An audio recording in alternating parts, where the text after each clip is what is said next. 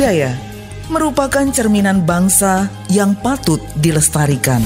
RRI Bandung, Bogor, dan Cirebon mempersembahkan siaran budaya berjaringan, bersatu untuk keragaman. Assalamualaikum warahmatullahi wabarakatuh. Sampurasun. Selamat siang pendengar kaum dagu dan juga pemirsa yang ada di seluruh Indonesia, terutama di RRI Bandung, Bogor, dan Cirebon. Jumpa bersama siaran budaya berjaringan Korwil 12. Dan saya Web Rukanda tentunya akan memandu jalannya siaran ini. Dan pada kesempatan hari ini kita akan membahas terkait kearifan lokal masyarakat adat Kampung Duku. Di samping saya sudah ada, beliau adalah masyarakat asli Pituin, Kampung Adat Duku, dan beliau juga seorang pengajar dan juga dosen di salah satu institusi di Kota Bandung, yaitu ISBI, dan kebetulan pada hari ini sudah hadir di studio. Selamat siang, Assalamualaikum, Sampurasun, Pak Iip Sarip.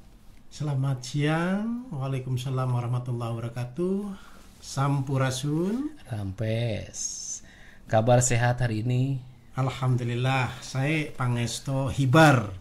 Waluya sadayana. Alhamdulillah. Semoga kaum dangu dan juga pendengar pemirsa semuanya selalu ada dalam keadaan sehat. Amin. Tidak kekurangan apapun. Amin. Dan kali ini kita akan membahas tentang salah satu mungkin adat budaya yang ada di Indonesia atau khususnya di Jawa Barat, yaitu Kampung Adat Dukuh, terutama kearifan lokal yang dimiliki oleh Kabupaten Garut ya. Nah, kebetulan Pak Iip sebagai masyarakat juga pengamat budaya, dosen antropologi budaya, kira-kira apa yang disebut dengan kampung adat itu, Kang Iip? Baik, terima kasih Kang Web, hadirin pemirsa Home Dangu seluruhnya. Saya Iip Sarip, Pituin masyarakat adat Kampung Duku. Kampung Duku berada di Desa Ciroyom, Kecamatan Cikelet, Kabupaten Garut, kurang lebih 6 jam dari Bandung. Nah, masyarakat adat di Jawa Barat itu ada banyak ya. Ada masyarakat adat Kampung Duku, ada masyarakat adat Kampung Kuta, kemudian Kesempuhan Banten Kidul, ada Gelar Alam yang dulu menjadi Cipta Gelar, sekarang menjadi Kampung Adat Gelar Alam, Kang Web. Kemudian Sirna Resmi, Cipta Mulia, Cisungsang, dan selanjutnya. Nah, apa yang membedakan masyarakat adat dengan masyarakat lain? Sejatinya dalam Tritangtu masyarakat adat itu sekurang-kurangnya ada 3 ya. Satu adalah memiliki leuweung tutupan atau leuweung larangan. Kedua, memiliki tanah titipan. Kemudian tanah awisan. Ada tutupan, titipan, dan awisan. Jadi Prof. Yakob menyampaikannya sebagai Tritangtu masyarakat adat adalah leuweung tutupan, tanah titipan, tanah awisan. Dan Kampung Duku selain memiliki akar sejarah budaya, memiliki instrumen yang disebutkan tadi. Terus sejarahnya ini Kampung Duku, kenapa disebut kampung adat? Sejarahnya ini. Nah, sejarahnya begini.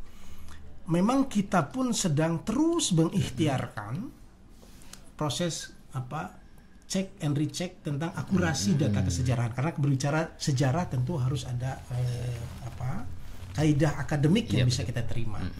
Nah, dalam UGA atau dalam kepercayaan tradilisan masyarakat adat Kampung Duku, awalnya muasal masyarakat adat Kampung Duku itu berasal dari ketika di Sumedang Larang membutuhkan salah satu penghulu, kemudian Rangga Gempol mencari calon penghulu, kemudian Mereo datang ke Mataram karena waktu itu Sumedang dalam otorisasi Mataram. Kemudian datang ke Sinuhun Mataram menanyakan, kami sedang membutuhkan penghulu.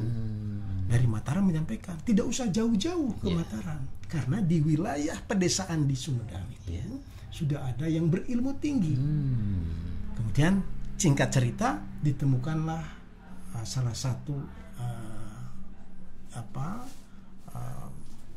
guru atau spiritual atau pengajar yang baik yang memiliki ilmu agama yang tinggi bernama Abdul Jalil. Kemudian ditanya oleh Bupati Rangga Gempol apakah bersedia menjadi penghulu. Kemudian beliau menyatakan prinsipnya sebagai abdi, sebagai masyarakat kami bersedia menjadi penghulu asal antara pemerintah dan masyarakat untuk sepakat tidak melanggar syariat Islam. Jadi syarat utamanya Syekh Abdul Jalil bersedia menjadi penghulu di Sumedang tidak melanggar hukum syara, begitu bahasa Sundanya, tidak melanggar hukum syara. Nah, singkat cerita, sudah menjalankan tugasnya sebagai penghulu, Syekh Abdul Jalil izin untuk melakukan talab ilmu, belajar ilmu ke Arab, sekaligus juga melaksanakan ibadah haji. Nah, selama ibadah haji itu di Sumedang kedatangan utusan dari Banten. Banten datang ke Sumedang, kemudian menyampaikan permohonan untuk bersama-sama tidak menyampaikan upeti kepada Mataram, tapi Sumedang dan Banten bersenyawa bersatu untuk kira-kira melawan Mataram. Sepulangnya utusan dari Sumedang, utusan Banten yang dimaksud Kang Web, di Parakan Muncang hari ini atau Paramon, orang anak muda menyampaikan Paramon, di Parakan Muncang utusan dari Banten dibunuh. Nah, karena proses pelanggaran syariat Islam itu mungkin orang-orang yang berilmu tinggi, Syekh Abdul Jalil sedang di Arab, di Tanah Suci, sudah kontak batin.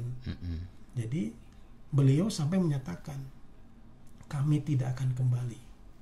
Kami ingin mengakhiri hidupnya di Tanah Suci. Beliau datang kepada gurunya dan mengatakan, Kiai, kami tidak akan kembali lagi ke Sumedang. Karena di kampung kami sudah terjadi pelanggaran syariat Islam. Kami ingin tubuh ini ditutup dengan tanah dari tanah suci, kemudian dimandikan menggunakan tanah yang berasal dari suci. Sang guru secara diplomatis menyampaikan, tidak bisa. Anda, Syekh Abdul Jalil, itu diproyeksikan sebagai pengembang agama Islam di Nusa Jawa. Nusa Jawa.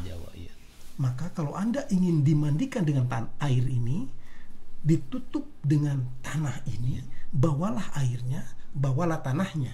Kelak jika sudah ada menemukan tempat yang cocok, tanamkan airnya, tanamkan Kang Web. Jadi teks yang muncul itu pelaken China, aurkan tanahnya, tanamkan airnya, taburkan tanahnya. Dibawalah air dan tanah dari tanah suci itu dan kembalilah ke Nusa Jawa atau ke Indonesia. Sekembalinya dari tanah suci, Syekh Abdul Jalil tidak ke Sumedang, langsung melanglang buana. Jadi melanglang buana ke Singajaya, menyusuri aliran sungai yang berada di selatan sampai ke Cisompet. Singkat cerita, kalau diceritakan tidak cukup dalam 15 menit. Di tahun Alif itu di pinggir sungai Cisangiri, Cisompet, Syekh Abdul Jalil dalam tapakur perjalanannya menemukan cahaya sebesar galuguran kawung. Galuguran apa Kang? Sebesar tangan kawung yang memancar di satu geografis di antara Sungai Cimangke dan Sungai Cipasarangan. Kemudian terus diikuti dan sampailah di sebuah kampung yang kita ketahui sekarang bernama Kampung Adat Duku. Kampung Adat Duku. Di Kampung Adat Duku itu sudah ada Nini dan Aki Pengebonan, namanya Nini Chandra dan Aki Chandra. Kemudian izin ke Nini Chandra, Aki Nini, saya sebagai pencari ilmu, pencari ketenangan, bermaksud untuk tinggal di sini. Apakah diperbolehkan? Nini dan Aki Chandra menyatakan, saya karena posisinya diamanati oleh Karuhun sebagai orang yang nunggu sadanget majik. Ini bahasa sadanget majik. Artinya apa itu? Artinya itu dia adalah penunggu sementara sebelum pemilik sejatinya hadir. Nah, pemilik sejatinya hadir itu yaitu Syekh Abdul Jalil. Maka rumah Nini dan Aki Chandra diserahkan kepada Syekh Abdul Jalil dan rumahnya sekarang dipakai sebagai rumah tirakat, rumah semedi di Kampung Adat Duku. Itu kira-kira garis besarnya. Jadi Syekh Abdul Jalil datang ke Kampung Duku kemudian menyebarkan syariat agama Islam. Nah, itu sejarah sangat panjang sekali. Siap. Kalau diceritakan tidak akan cukup sehari semalam. Betul Pak. Betul. Nah, terkait dengan nama Dukuh itu dari mana, Pak Ip? Dukuh sampai sekarang Kampung Adat Dukuh. Kampung Adat Dukuh. Kampung Adat Dukuh itu tafsirnya beragam. Iya. Tapi dari beberapa peneliti menyampaikan kepada kami kemungkinan besar nama Dukuh itu bukan diambil dari nama pohon. Bukan buah Dukuh yang kita ketahui sekarang ini. Karena di makam Kampung Adat Dukuh itu malah yang ada itu adalah pohon manggis. Tojaknya istilah bahasa Sundanya. Tojaknya. Jadi di kampung Dukuhnya itu di makam keramat Kampung Dukuh itu ditumbuhi pohon manggis. Nah, nama Dukuh itu dari beberapa peneliti menyampaikan kemungkinan diambil secara penamaan dari pedukuhan. Jadi pedukuhan itu desa dalam dalam terjemahan orang Jawa.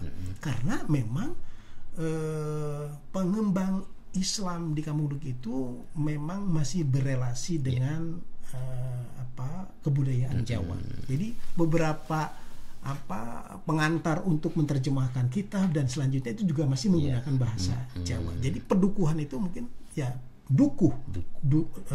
Desa dusun. Ada kesan enggak? Orang Dukuh, keluarga besar Kampung Adat Dukuh menyatakan Dukuh itu diambil sikap dari kukuh menjaga. Ada kesana ya. Ada anasir yang mengatakan mungkin spirit itu yang diambil menjadi diharapkan orang Dukuh adalah seseorang yang pengkuh, yang kokoh menjaga identitas budayanya.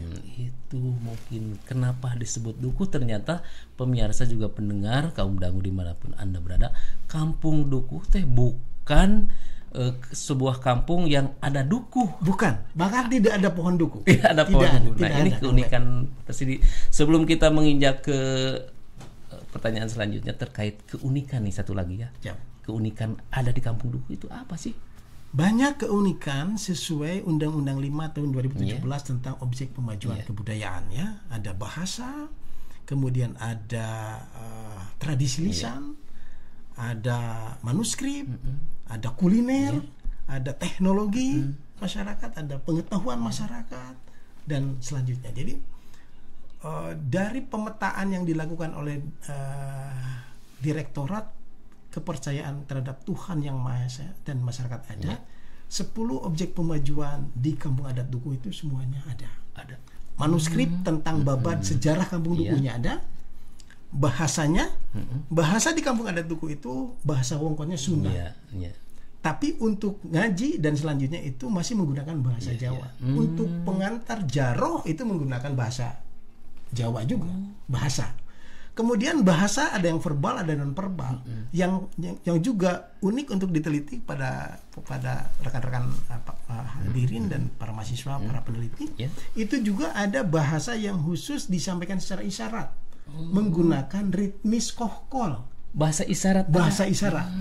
Jadi dari mulai siklus hari, dari mulai membangunkan Kang Web yang pagi hari itu membangunkan untuk ini untuk tahajud dan lain sebagainya. Kohkol ada kohkolnya, ada ritmisnya.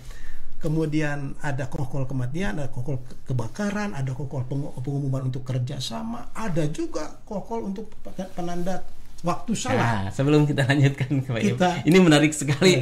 Kita jeda dulu pemirsa kaum dangu, juga pendengar yang ada di RRI Bogor, RRI Bandung dan Cirebon. Tentunya siaran budaya berjaringan, kita jeda dulu untuk sementara.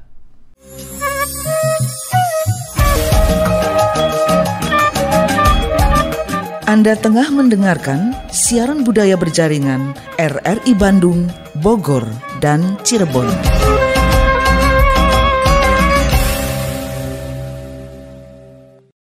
Kaum dangu pendengar juga pemirsa, masih bersama siaran budaya berjaringan Korwil 12 RRI Bogor, Bandung dan Cirebon, dan masih ditemani Pak Iip terkait kearifan lokal yang ada di masyarakat adat Kampung Dukuh. Tadi keunikannya sudah ada dari kohkol, dari membangunkan atau istilahnya apa ya, membangunkan orang dari tidur hingga beraktivitas di pagi hari. Nah, ini apakah magnet sehingga orang itu mengenal Kampung Dukuh? Ada kriteria lain atau mungkin ada perbedaan dengan kampung-kampung adat yang ada di Jawa Barat khususnya? Siap. Pada hakikatnya seluruh kampung adat itu memiliki kabuyutannya ya, memiliki situs makam. Dan memang situs makam itu akan sangat terkait dengan siapa pendiri, muasal kampung adatnya. Tadi di awal kita sampaikan bahwa pendiri Kampung Dukuh ini adalah seorang wali bernama Syekh Abdul Jalil. Dan petilasannya, kuburannya ada di makam keramat atau di leuweung larangan Kampung Adat Dukuh. Dan itulah magnet utama yang setiap minggu masyarakat dari seluruh Indonesia, mungkin juga ada hadirin yang menyaksikan di media ini, yang hadir bukan hanya dari Jawa Barat, ya, dari Sumatera hadir, dari DKI Jakarta, Banten dan selanjutnya. Jadi karena tahu yang mendirikan kampung adat ini adalah seorang waliullah yang berilmu tinggi, jadi banyak orang yang juga berziarah ke makam Syekh Abdul Jalil, seperti juga yang berziarah ke Pamijahan ke Syekh Abdul Muhyi. Biasanya orang yang sudah berziarah ke Pamijahan ke Syekh Abdul Muhyi selanjutnya juga berziarah ke tempat kami di Kampung Adat Dukuh, karena ada makam Syekh Abdul Jalil. Tradisi ini masuk pada objek pemajuan kebudayaan bernama tradisi jaroh. Orang Dukuh mengatakannya jaroh. Mungkin secara umum kita bahasakan menjadi ziarah. Menziarahi makam Syekh Abdul Jalil. Tapi ziarah di tempat kami, mohon maaf, ada aturan tersendiri. Itu Kang Web. Pertama, ziarah ini, jaroh ini bagi masyarakat yang ingin mengetahui atau melaksanakan atau merasakan datang ke wilayah makam Syekh Abdul Jalil, untuk datangnya sendiri untuk berziarah ke makamnya hanya bisa dilakukan setiap hari Sabtu. Setiap hari Sabtu. Tidak hari-hari untuk yang lain atau tidak. Kita hanya untuk ziarah ke makam Syekh Abdul Jalil hanya hari Sabtu. Jadi hanya dilaksanakan hari Sabtu. Apakah boleh datang ke Kampung Adat Dukuh di luar hari Sabtu? Tentu boleh. Boleh. Sebagai apresiasi terhadap artefak dan masyarakat adat Kampung Dukuh. Tapi untuk datang berziarah, menyampaikan hajat, menyampaikan maksud-maksud tertentu, tapi langsung berhadiah di makamnya, itu hanya bisa dilakukan. Kenapa hari Sabtu? Nah, kalau kenapa hari Sabtu? Kalau orang Dukuh bilangnya da eta mah tiba baheulana gitu. Tapi kalau di sisi akademik, orang libur, orang Islam itu kan salah satu sayyidul ayamnya itu di hari Jumat. Jadi qobliyah ba'diyah itu sebelumnya, ini tafsir betul. Dan mungkin bisa menjadi diskusi kita bersama. Ba'diyah qobliyah sebelumnya dan sesudahnya itu keauban atau mengambil berkah dari hari Jumat. Saya berinterpretasi. Ini interpretasi Mang Web dan Kang Yanto bisa berbeda kan tentu kan. Nah, ini tapi pandangan kami itu ba'diyah sesudahnya, qobliyah sebelumnya dari Sabtu.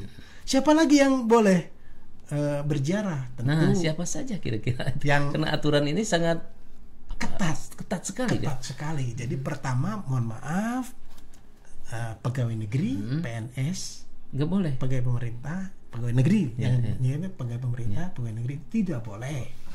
Kedua, non Muslim yang akan masuk yang akan masuk ke wilayah jaroh, ke wilayah pemakaman syariah tidak boleh. Kemudian perempuan tentu yang sedang tidak suci sedang haid dan selanjutnya itu tidak diperbolehkan. Selanjutnya yang khusus dalam bahasa lokal kita dengan nuker hahadean, nuker papacangan, tekengeng mengwe.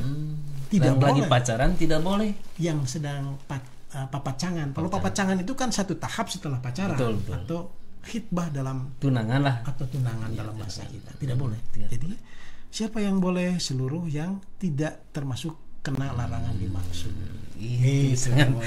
Ternyata ragu-ragu sekali kalau mau ke sana, kalau kita posisi ada di yang tadi disebutkan ya. Betul. Terus sekarang kira-kira kalau misalnya larangan itu dilanggar, pernah ada kejadian apa gitu?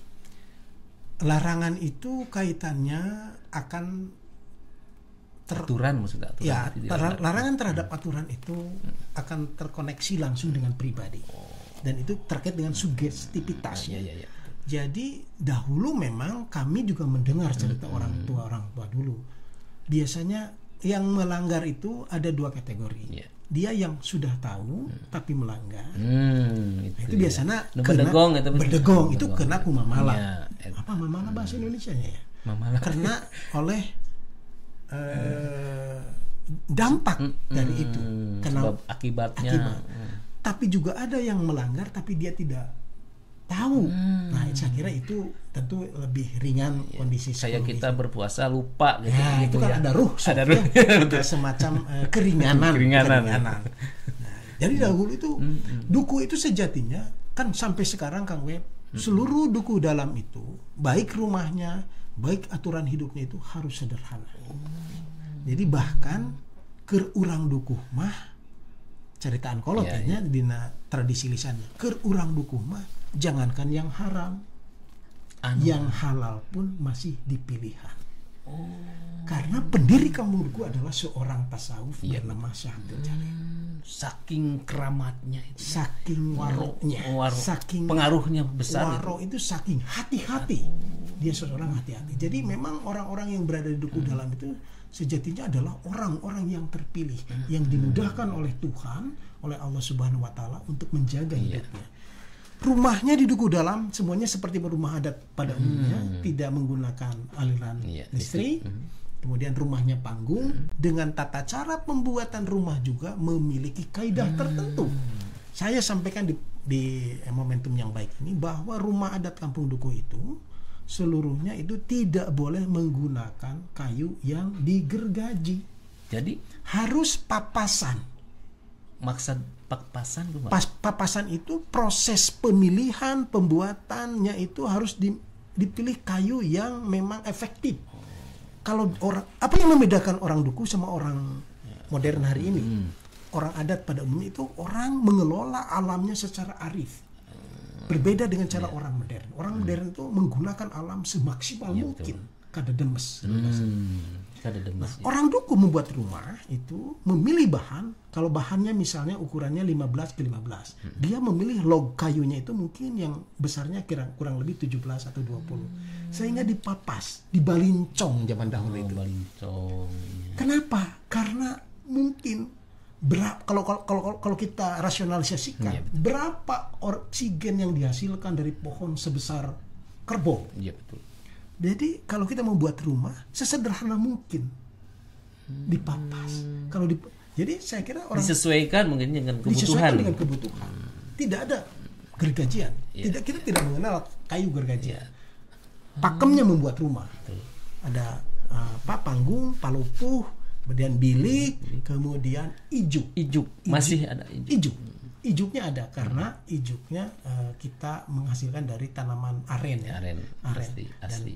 Dan aren memiliki makna budaya yang juga tinggi. Itu akan lebih panjang lagi kalau panjang lagi nanti di sesi yang kalau lain. kita berbicara tentang aren. Karena pohon yang serba guna aren itu.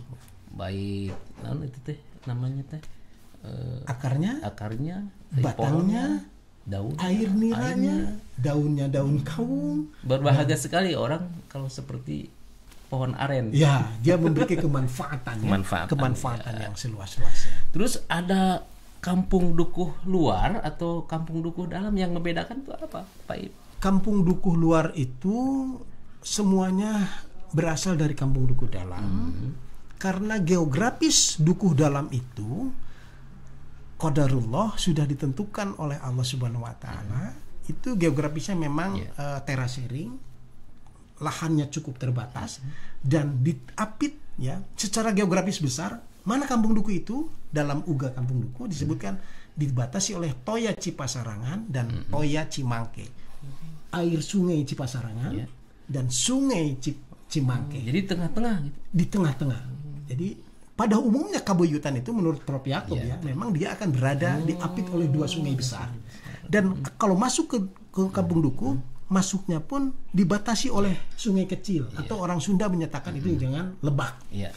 Ada lebak Neamin, kemudian di paling barat ada Lebak, Sukapura.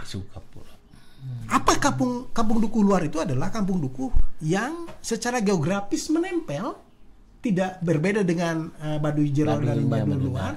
Dukuh dalam dan dukuh luar itu sebenarnya menempel, hanya dibatasi oleh pagar Hanjuang. Pagar Hanjuang, pagar tanaman Hanjuang. Nempel. Nah, di dukuh dalam aturannya sangat ketat. Di dukuh luar memang sesuai perkembangan era modernisasi, kita sudah tidak bisa lagi menolak adaptif terhadap situasi. Jadi rumahnya sudah menggunakan aliran listrik, atapnya menggunakan genting dan selanjutnya. Mungkin ada nama, atau mungkin kalau kampung adat itu ada khusus nama orang dalam, orang luar, kemudian pakaian kadang-kadang suka berbeda gitu. Ada di kampung adat dukuh yang membedakan pakaian. Tidak ada penamaan orang dukuh luar, orang dukuh dalam juga sama. Pakaian untuk adat di dukuh itu juga tidak ada yang spesifik, tapi umumnya hitam dan putih. Secara umum hampir sama dengan kampung adat yang mungkin lain. Yang membedakan aturan yang tadi. Aturan yang orang dukuh dalam tentu dia secara psikologis lebih ketat karena berada di dalam tanah yang itu tadi. Tanahnya adalah tanah yang disucikan. Maka dukuh itu tanah karomah. Orang dukuh nyebutnya tanah karomah. Karena muasal tanah tadi terkait merifer lagi kesejarahan, bahwa dahulu tanah yang dibawa itu adalah tanah dari tanah Nah, suci. ini terkait terakhir mungkin. Tadi mendengar uga. Apa itu uga? Uga itu terakhir ya. Oke, uga di kampung dukuh itu banyak sekali. Jadi semacam proyeksi ramalan perkembangan zaman. Uga teh seperti begini. Nanti lemur dukuh teh bakal mayak pak nepi ke Batu Cupak. Batu Cupak itu sebuah tempat hutan, dahulunya hutan. Jadi ketika kami mendengar itu tahun 80-an, masa iya? Tapi itu uga. Dan sekarang di era 2000-an itu di Batu Cupak sudah terjadi rumah-rumah. Engke mah bakal aya orai hideung ngagebat ti walungan Cimangke nepi ka Cilaut eureun. Sekarang sudah ada jalan aspal yang menghubungkan Jabar Selatan. Dan banyak uga-uga lagi Kang Web. Kang Web kan yang ditunggu di sana. Ini menarik sekali pemirsa juga pendengar Kaum Dangu dimanapun Anda berada, khususnya di RRI Bandung, Bogor, dan Cirebon. Menarik sekali obrolan kita terkait kearifan lokal yang ada di kampung adat dukuh. Masyarakat kampung adat dukuh. Mungkin Pak Ib sampai di sini dulu. Berhubung waktu ini teh. Sami-sami. Terima kasih atas waktunya. Semoga kita bisa diperjumpakan kembali di lain waktu dan kesempatan. Sekali lagi terima kasih. Hatur nuhun, sampurasun, berkah kang sadayana kadang wargi kaum dangu di seluruh Indonesia. Assalamualaikum warahmatullahi wabarakatuh. Baik pendengar kaum dangu dan juga pemirsa dimanapun Anda berada, demikian tadi siaran budaya berjaringan RRI Bandung, Bogor, dan Cirebon pada hari ini, dan semoga saja kita bisa diperjumpakan kembali di siaran budaya berjaringan yang lainnya di tema dan topik yang berbeda. Saya Web Rukanda undur pamit. Wassalamualaikum warahmatullahi wabarakatuh.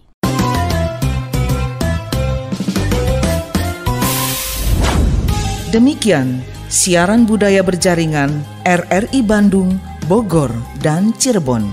Junjung tinggi nilai budaya untuk membangun masyarakat Indonesia yang kuat. Sampai jumpa.